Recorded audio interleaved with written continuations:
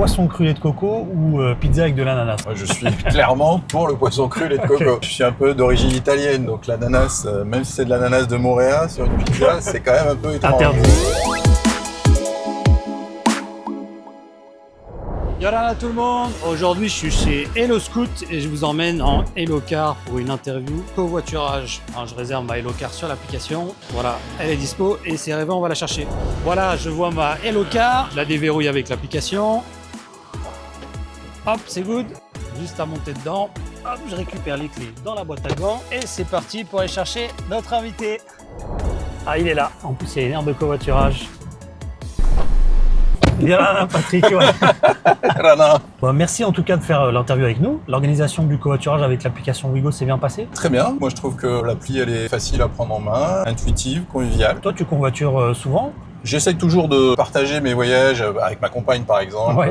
On s'arrange un peu sur nos horaires, voilà, j'essaie de faire ça dans le cadre familial. Dans le cadre professionnel, c'est un petit peu plus dur parce que compte tenu de mes fonctions, j'ai jamais d'horaire fixe, mais dès que j'aurai un peu plus de temps et des horaires plus réguliers, ça sera avec plaisir. Ça doit être prenant comme poste président d'université. Et c'est assez prenant effectivement, des gros horaires de bureau, mais aussi pas mal de veille à la maison, des mails.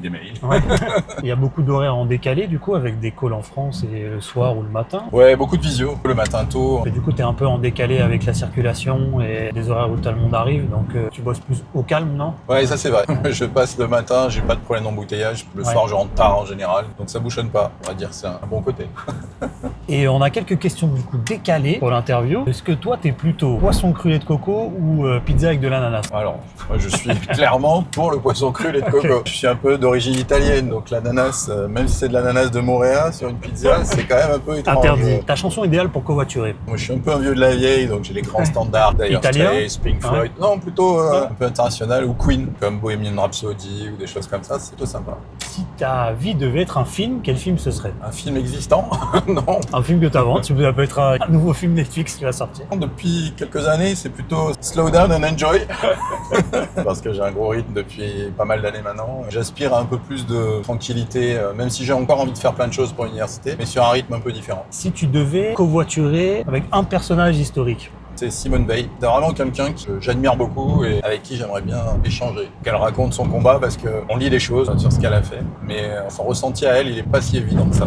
On change complètement de sujet, mais toi tu fais du sport? Ouais, j'essaie quand j'ai le temps et que mes genoux m'en laissent un peu le loisir. Si jamais on devait te proposer entre deux défis, surfer la vague de Teahupo'o ou faire la traversière de Tahiti? Moi je suis très mer, très océan parce que je suis un plongeur, mais la vague de Teahupo'o, non, c'est bien au-dessus de ce que je suis capable de faire. La Papenno, la traversière, c'est quelque chose que j'ai fait plusieurs fois. Passer la nuit au relais de la Maroto. Ah, je l'ai jamais fait, ça va être au super. Centre de cette caldeira, là, c'est vraiment un moment incroyable. Et toi qui es en Polynésie depuis 30 ans, si tu avais un spot préféré, ça serait quoi? J'ai Maupiti qui est un endroit aussi magnifique. Puis je disais que j'étais plongeur, donc j'ai vraiment des souvenirs incroyables. À Rangiroa, à Carava, Passe Sud, Passe Nord. Puis une ambiance particulière aux Marquises, des Marquisiens qui sont adorables. Si tu devais inviter 3 personnalités polynésiennes de l'actualité aujourd'hui à dîner, ça c'est plus compliqué, ouais. Ou des personnalités historiques, si c'est plus simple. J'ai lu il y a pas longtemps un bouquin sur Bobby Holcomb. Alors il est pas vraiment polynésien, parce qu'il est d'origine hawaïenne, mais un artiste un peu comme ça, qui a beaucoup défendu la culture polynésienne.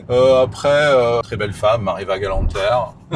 Évidemment, pour le plaisir de dîner avec une jolie femme, et surtout pour son parcours, parce qu'elle est allée bien au-delà de son parcours de Miss, Miss Tahiti, Miss France, mais elle a fait aussi un très très beau parcours derrière, dans un milieu qui est pas facile. Et puis j'aime beaucoup Götz, le dessinateur, humoriste. J'ai lu à peu près, je pense, tous les Pitoma avec mes enfants quand ils étaient petits, et il a une vision qui est assez géniale sur la société polynésienne, je trouve. Tu disais que la période de ta vie, ça serait plutôt slow down. Du coup, si tu avais un peu de temps devant toi, que tu devais animer une émission de radio ou un podcast, tu ferais sur quel sujet? Moi, je suis de formation scientifique. J'ai fait des études de maths et d'informatique. Donc, je suis assez féru de tout ce qui est autour de la science et techno. Ça me plairait assez d'animer un podcast, plein de choses autour de ça, sur les énergies, tout ce qui est le spatial. Pour en faire une transition de l'énergie jusqu'aux sujets environnementaux, l'université mène de front une politique de responsabilité sociétale et environnementale. Est-ce que tu peux nous en dire un mot sur les sujets passés et les sujets à venir? Il suffit de se promener sur le campus et de voir qu'on a des nouveaux bâtiments, qu'on a un nouveau bâtiment recherche qui a vraiment été pensé en termes d'aération naturelle. L'université a été presque pionnière sur le photovoltaïque puisqu'on a des installations qui ont presque 20 ans. On est en train de refaire toutes ces installations-là. Il y a plein de questions, le tri sélectif sur le campus, par exemple. On a l'impression que nos jeunes, ils sont très friands de ça, mais finalement, c'est pas si simple.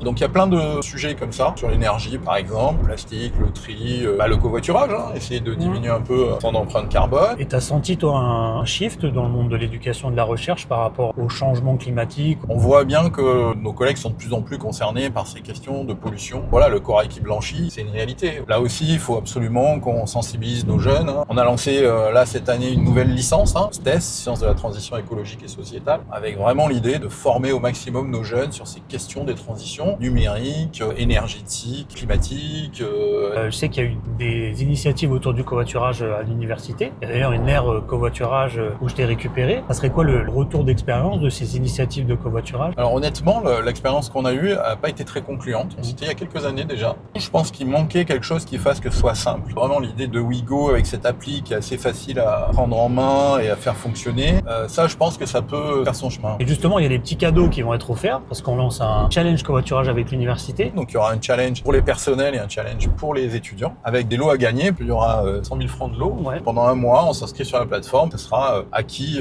fera le plus de kilomètres en covoiturage. On va essayer de maintenir la flamme pour que tout le monde s'y engage au maximum et que finalement les gens découvrent cette manière de se déplacer qui est à la fois bonne pour la planète mais bonne pour aussi les échanges.